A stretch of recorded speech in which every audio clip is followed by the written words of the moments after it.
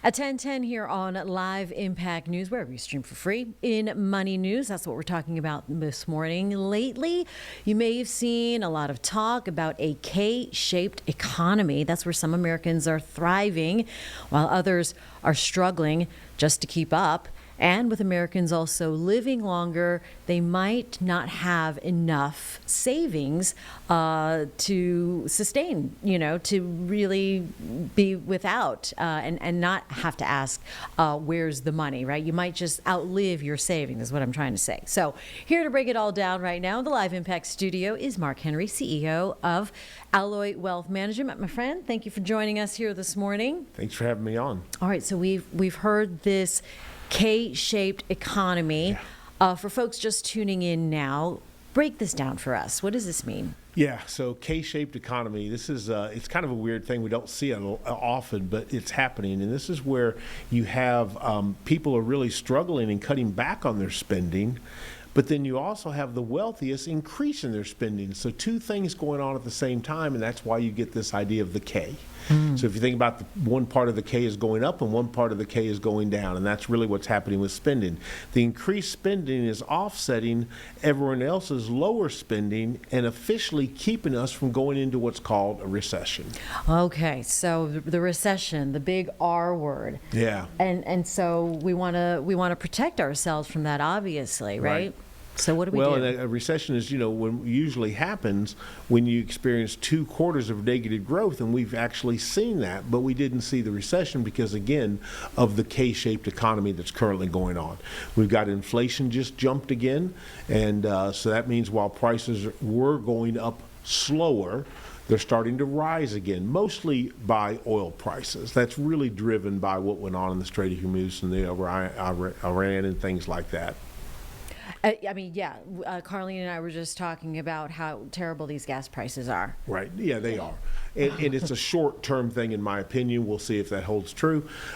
Production is up. Things are up. It's just that one blip that's going on. It's a big deal, but it's going to get solved. It's not a 3-year. It's not like we had in the 70s where we saw gas prices out of control for a long time. Yeah. This is not going to be Saw that from my parents, in too. my opinion. It's a lot of greed going on, too, where people are trying to make profits off the oil markets. Oh, okay. All right. So what we want to do is safeguard ourselves from any kind of R word, any recession. Correct. What do we do?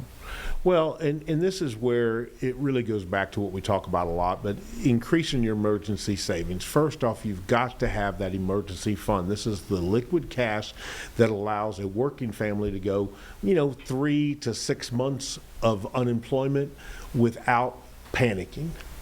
Maybe a little cutting back, but you got enough money to completely fund yourself. And everyone needs that, but that also comes at a cost because, like, I have debt that I need to take care of. Which comes first? Emergency fund always comes before debt. Okay, so I have hypothetically, a car, or maybe a car payment. Yeah. Is that debt or? Well, so it's a different kind of debt. Now, I love my good friend Dave Ramsey, and he would tell you don't have a car payment. However, I look at a car payment as a necessity. I want a good car in my life. Whether I pay cash or don't, it depends on rates. Yeah. But I think that's just part of like a life for me personally. I'm okay with it. Basic. But what I don't want is high interest credit card debt, student loan debt, and things like that. They have to go away, but they go away after you've got a fully funded emergency fund. It's been my experience that if you do the emergency fund first, then when things happen, which they will, you have the money to do it. If you pay off the debt first, about the time you almost get it paid off, the emergency happens, you have no emergency fund, so where do you go? Right back to the credit card. And you're like, I never got out. Yeah, and some people think, though, my credit card is free. Nothing owed on the credit card, so I will save the credit card for emergencies. Yeah, and I can understand that, but it's not because the rate is so high on it. We've got to have the emergency fund, and that's how we do life. Once you have those taken care of, the emergency fund first, then you go to work on the debt. And that's how you really do it. That's how you pay down the debt, use the snowball method and stuff. All right, so how many months of an emergency fund again should we have? 3 to 6, depending upon the type of job you have. Maybe a nurse needs less. Why? Because most most likely they can get employed again tomorrow. IT person may have to take new tests or something before they can get the job. They may need 6 or 8 months. Okay, so I guess we'll just have to grin and bear it for Right. a little while with inflation and some of the other factors you've mentioned. Yeah. So we have that emergency fund in, and then we want to pay down the high interest debt. That's correct. And then talk to us about diversifying your portfolio. Well, this one's really funny because everybody believes diversifying the portfolio is your key to safety. Let's be very clear. When you think about your portfolio, all items in the portfolio have one thing in common, no matter how diverse they are: risk. Period. Okay. So that means in certain markets, everything does go down. People thought the 60-40 portfolio, 60% stocks, 40% bonds would save them. How did that go during the bond crisis of 22? Again, it doesn't work that way. So when I think of a diverse portfolio, many times people see, we had somebody recently had 15, 20 different mutual funds. Well, once we did a correlation matrix and analyzed them, it turned out they all were kind of the same thing. They were like 97, 98% correlated. Different brand names, different fees and expense ratios, but they all held the same stuff. Oh. Just buy the cheapest one. So it takes a little more when you think about diversified portfolio. We have to look at things inside Wall Street, outside of Wall Street, real estate, and other things inside of a portfolio to get true diversity. All right, and probably best to have some professional help guide Absolutely. you with that, right, Mark? Absolutely. All right, so how about the middle class, maybe the retiree who has Yeah. that 401k paid off, the house? Are they in a better position then? Well, you would certainly think so, but there's an awful lot going on with the retirees that we're talking to right now because they're not enjoying retirement the way they planned. And it's simply because of they're afraid of breaking the number one rule of retirement, which is outliving your money. Yeah. I mean, They're scared to death. And so in the That is good the fear. years, and they're all good years, let's face it, hopefully, but the go-go, let's call it, that 62 to 75, 65 to 75, the go-go years.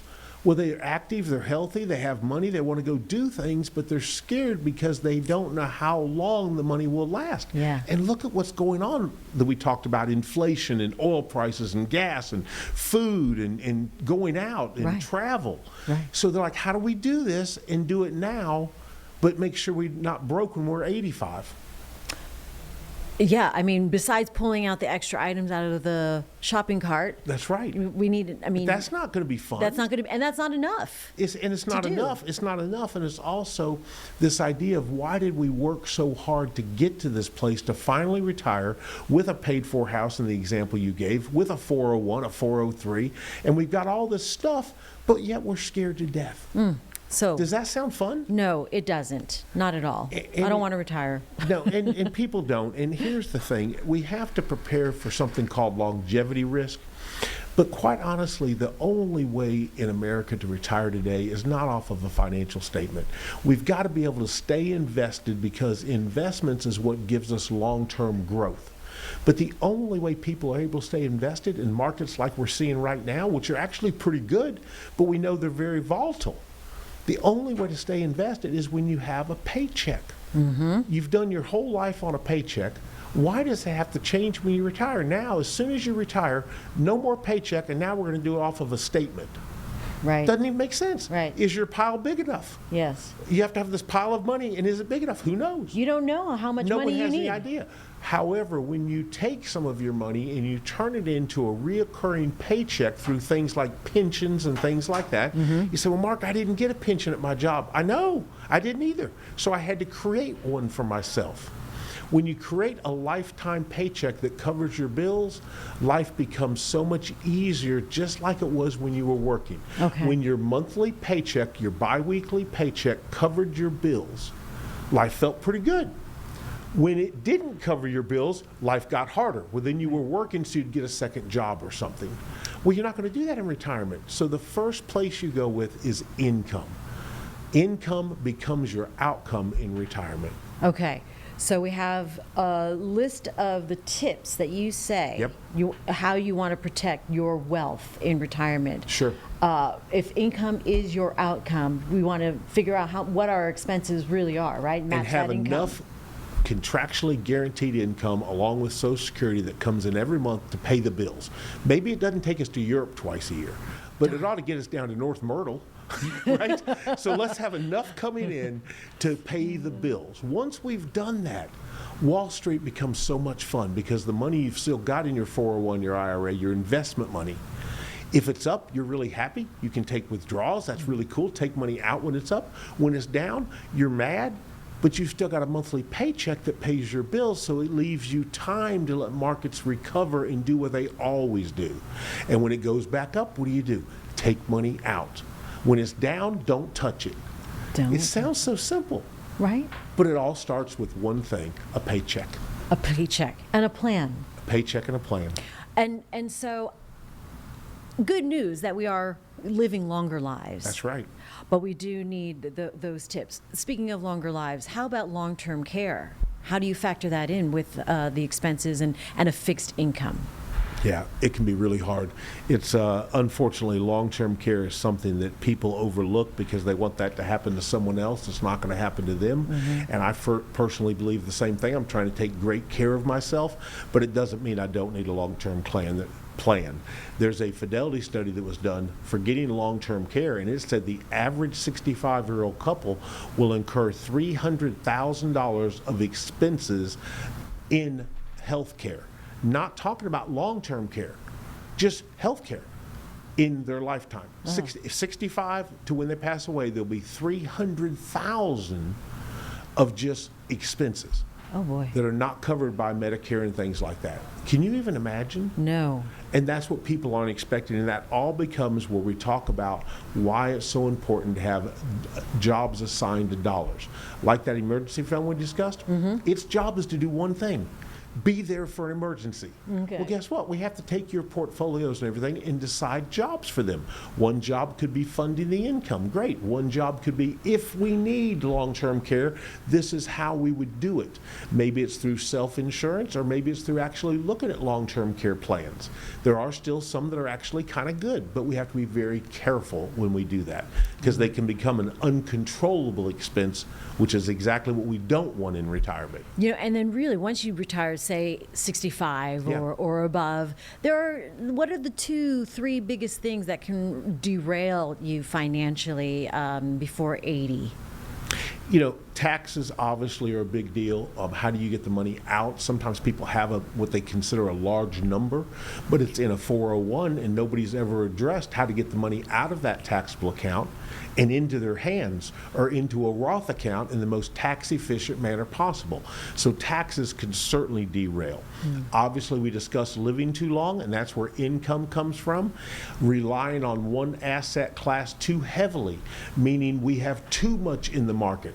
Or the opposite. We go, I'm scared of the market, so I go all safety, and safety doesn't keep up with inflation, so I'm losing money safely. You say, what does that mean, Mark, losing money safely? Well, if I'm only making this on my dollars, but the cost of living is Y and it's higher, now I'm going backwards, but it doesn't feel like I'm losing, but I really am. Oh. My purchasing power is eroding, and when I'm in my 80s, again, I don't have enough money left because I didn't have enough that was growing with market-like growth. All right, so young folks still working, really not too much to worry about when it comes to retirement, except to go ahead and start investing in your 401, they need the benefit right? of long-term investing. God, dollar cost averaging. When markets are down, make sure you're putting money in. When markets are up, keep putting it in. Buy quality items, invest wisely, get your money in there, and you will be so far ahead in the future the earlier you start. All right, if it's not so early in you're not a spring chicken, right? And you're realizing you might not have enough or the ideal amount, is it too late? What do you do? Not at all. Can it be too late for some? Unfortunately, it can. They waited just too long. But for most people, it's not. But when would you like to know you're heading toward a life that you want? Sooner or later? And if you're not heading toward it, when would you like to know?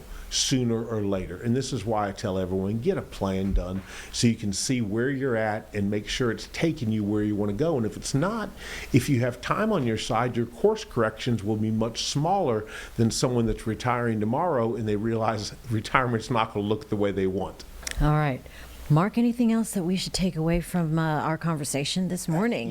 Just want to end it with good news, because the reality is you're not alone when you go through these struggles. We've all been there. We're all going to go through them. If we haven't yet, you're going to. And here's the thing, you can do this. There's no doubt about it. I see people that do amazing things, and you can do it as well. All right. We're going to be positive and optimistic. Just like Mark said, you can do it. Appreciate you coming in. Some good topics there. Thanks for having me on.